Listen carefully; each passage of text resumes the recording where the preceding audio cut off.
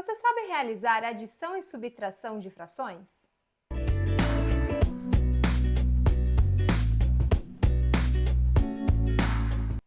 Olá, eu sou a professora Camila Palles e no vídeo de hoje eu vou te explicar como realizar as operações de adição e subtração de frações. A adição de fração pode ser dividida em dois casos. Primeiro, quando nós temos denominadores iguais. Para realizar este tipo de adição, vamos pensar na seguinte ideia. Nós temos inteiros que foram divididos na mesma quantidade de partes. E ao realizar a adição, nós queremos saber quantas dessas partes foram utilizadas no total. No exemplo, nós temos a fração 1/4 somada com a fração 2/4. Nós podemos entender que nós temos um inteiro que foi dividido em 4 partes e dessas 4 partes apenas uma foi utilizada. Já na segunda fração, que é a fração 2/4, nós temos um inteiro que também foi dividido em 4 partes, porém apenas 2 foram utilizadas. O inteiro é o mesmo, porque ele corresponde a uma unidade de qualquer coisa, qualquer objeto, tá? E este inteiro, então, ele vai ser dividido na mesma quantidade de partes, só que cada fração representa um uso diferente deste inteiro. No primeiro, nós temos que apenas uma parte das 4 em que ele foi dividida foi utilizado, e na segunda, 2 partes das 4 em que ele foi dividida foram utilizadas. E aí nós queremos fazer o que na operação de adição? Saber, no total, quantas partes destes inteiros que são iguais e que foram divididos exatamente na mesma quantidade de partes, ou seja, fazendo com que cada uma dessas partezinhas também sejam iguais entre si, foram utilizadas no total. Então, a minha representação final, da resposta vai ser baseada neste inteiro que foi dividido em 4 partes, já que ambos os inteiros são iguais e foram divididos na mesma quantidade de partes, para eu poder representar o total de partezinhas utilizadas. Então, se eu utilizei uma parte do primeiro inteiro e utilizei 2 partes do segundo inteiro, no final eu acabei utilizando 3 partes deste inteiro. Então, na representação final, eu tenho a fração 3/4, em que o numerador indica total de partes utilizadas, já que essas partes são todas iguais entre si, e no denominador eu tenho a representação de em quantas partes o inteiro foi dividido. Ao realizar esta adição, podemos perceber que o denominador se manteve exatamente igual ao denominador das frações que foram utilizadas na adição, e o numerador obtido foi resultante da soma dos numeradores das frações utilizadas. Portanto, é comum ouvir que numa adição de frações mantém-se o denominador e somam-se apenas os numeradores. A questão é por que a gente pode fazer isso? Se formos pensar que o conjunto dos números racionais, que é o conjunto que contém as frações, ele vem acrescentando esse tipo de número depois que a gente tem o conjunto dos números naturais, lá no conjunto dos naturais a gente já tinha a operação de adição definida. E essa operação de adição, ela não muda de acordo com o conjunto numérico. A adição é sempre realizada da mesma forma. Então, nós temos que conseguir continuar somando números naturais da mesma forma que nós fazíamos antes, também no conjunto dos números racionais. Afinal, esse conjunto, ele engloba o conjunto dos naturais também. Ele só faz o quê? Ampliar este conjunto numérico, acrescentando novos formatos de número.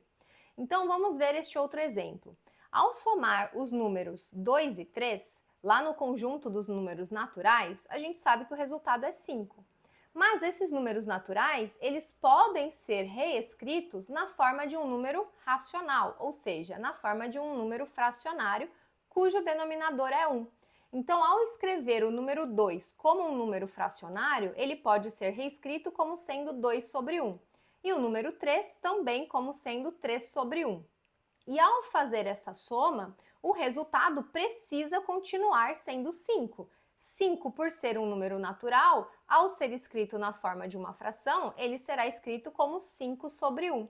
E aí nós podemos perceber que o que nós observamos no exemplo anterior, ele vai ter que ser mantido aqui também, pois se a gente mantiver o denominador, que é 1, e somar apenas os numeradores envolvidos na adição, que seria o 2 e o 3, a gente consegue manter exatamente o resultado que foi observado no conjunto dos números naturais.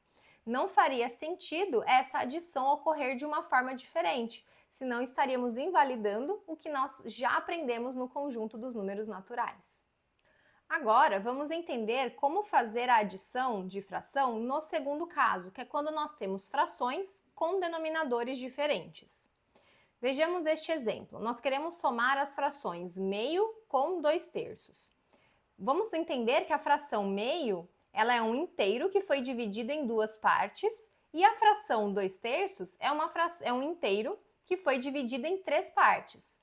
Como nós temos inteiros divididos em quantidade diferente de partes, fica difícil nós conseguirmos entender quantas partes no total foram utilizadas, já que essas partes possuem tamanhos diferentes.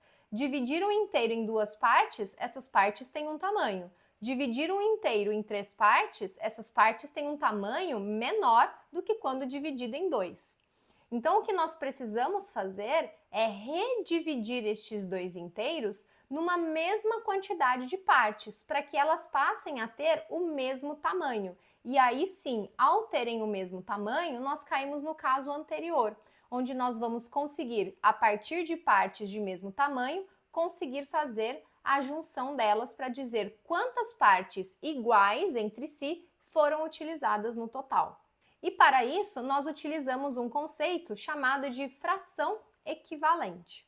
Para encontrar as frações equivalentes, nós primeiro precisamos encontrar um múltiplo comum entre os denominadores. Como estamos trabalhando com frações que possuem denominadores 2 e 3, vamos analisar os múltiplos de 2 e de 3. Os múltiplos de 2 começam no 0 e variam de 2 em 2, então 0, 2, 4, 6 e assim por diante. Os múltiplos de 3 começam no 0 e variam de 3 em 3, então 0, 3, 6, 9 e assim por diante. Ao analisar os dois conjuntos, podemos perceber que alguns múltiplos são comuns, como por exemplo o 6, o 12 e mais alguns outros a seguir. Podemos utilizar qualquer múltiplo comum, mas se optarmos por um menor múltiplo comum, estamos facilitando a nossa conta, pois estaremos trabalhando com valores menores e a nossa fração estará mais simplificada e mais próxima da fração irredutível. Neste caso, vamos optar então por trabalhar com o valor 6, que é equivalente ao mínimo múltiplo comum. Então agora nós vamos encontrar as frações equivalentes à fração meio e à fração 2/3. Como nós sabemos que o MMC é 6, então nós vamos gerar uma fração equivalente a cada uma delas, cujo novo denominador seja 6. E aí nós vamos nos perguntar por qual valor o denominador 2 foi multiplicado para que agora ele seja o denominador 6. Ao fazer essa pergunta, nós estamos indo na tabuada do 2 e verificando 2 vezes quanto que dá 6. E aí nós identificamos que esse valor é o 3. Pelo conceito de fração equivalente, nós sabemos que precisamos multiplicar tanto o numerador quanto o denominador de uma fração pelo mesmo valor, para que possamos encontrar a fração equivalente. Então, se nós identificamos que o denominador foi multiplicado por 3, então o numerador também será multiplicado por 3. E aí nós temos que a fração equivalente que será utilizada para realizar a adição será a fração 3/6. Vamos fazer o mesmo raciocínio com a segunda fração. A fração 2/3 agora será reescrita como uma fração de denominador 6. Nós vamos lá na tabuada do 3 e vamos nos perguntar por qual valor que eu multiplico o 3 para chegar em 6. Na tabuada do 3, 3 vezes 2 é igual a 6. Então, o denominador foi multiplicado por 2. O numerador também precisará ser multiplicado por 2. Logo, a fração equivalente à fração 2/3 será a fração 4/6. E é ela que nós vamos utilizar para realizar a adição. Agora que nós já temos as frações equivalentes, as duas frações originárias, nós podemos realizar a soma. Então, agora estaremos somando a fração 3/6 com a fração 4/6.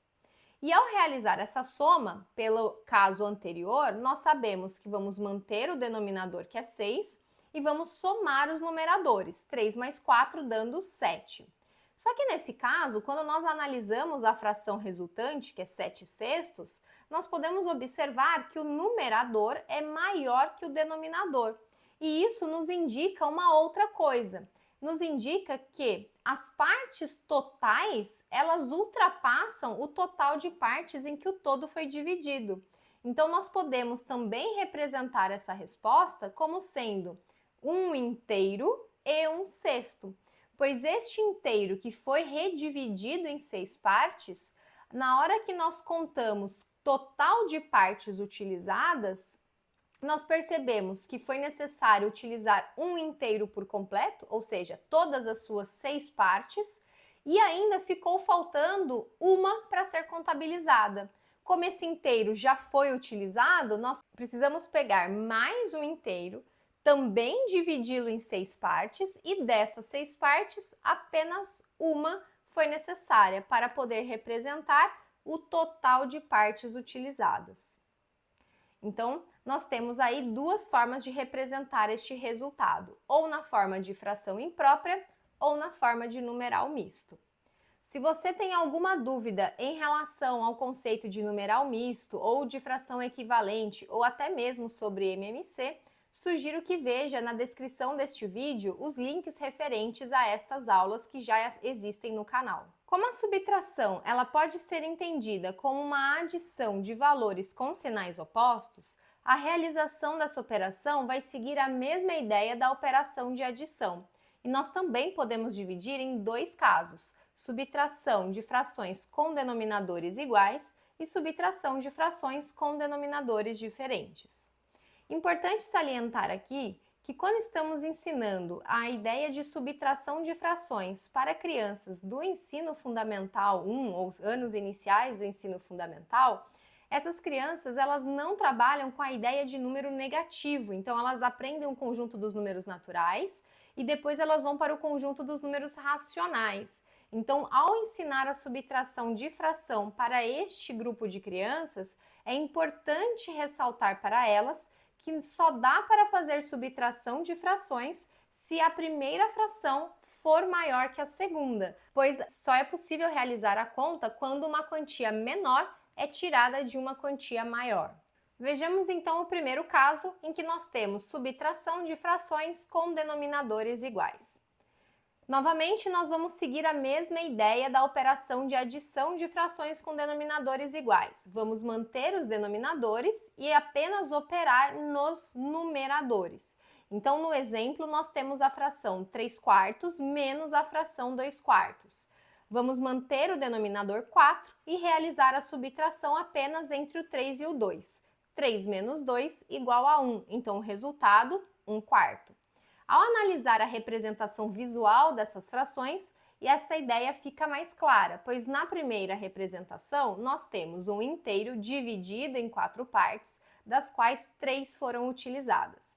Já na segunda representação, nós temos outro inteiro, também dividido na mesma quantidade de partes, das quais 2 foram utilizadas.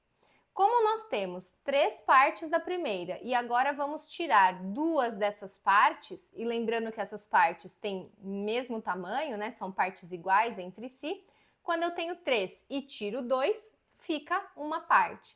Então, na imagem que representa o resultado final, eu tenho este mesmo inteiro dividido nessa quantidade de partes, que são 4, e só vou utilizar apenas uma, que é a quantidade de partes que restou ao fazer essa subtração das partes utilizadas. Já no segundo exemplo, nós temos a subtração de frações com denominadores diferentes. E aí nós vamos utilizar a mesma ideia já utilizada na adição de frações com denominadores diferentes. Não é possível fazer subtração de frações cujos denominadores são diferentes, pois isso indica que o inteiro foi dividido em quantidades diferentes de partes, e essas partes não possuem tamanhos iguais entre si. Então, é preciso redividir estes inteiros de modo que eles fiquem com a mesma quantidade de partes. Só assim é possível a gente ter equivalência entre essas partes para que a gente possa compará-las e subtraí-las.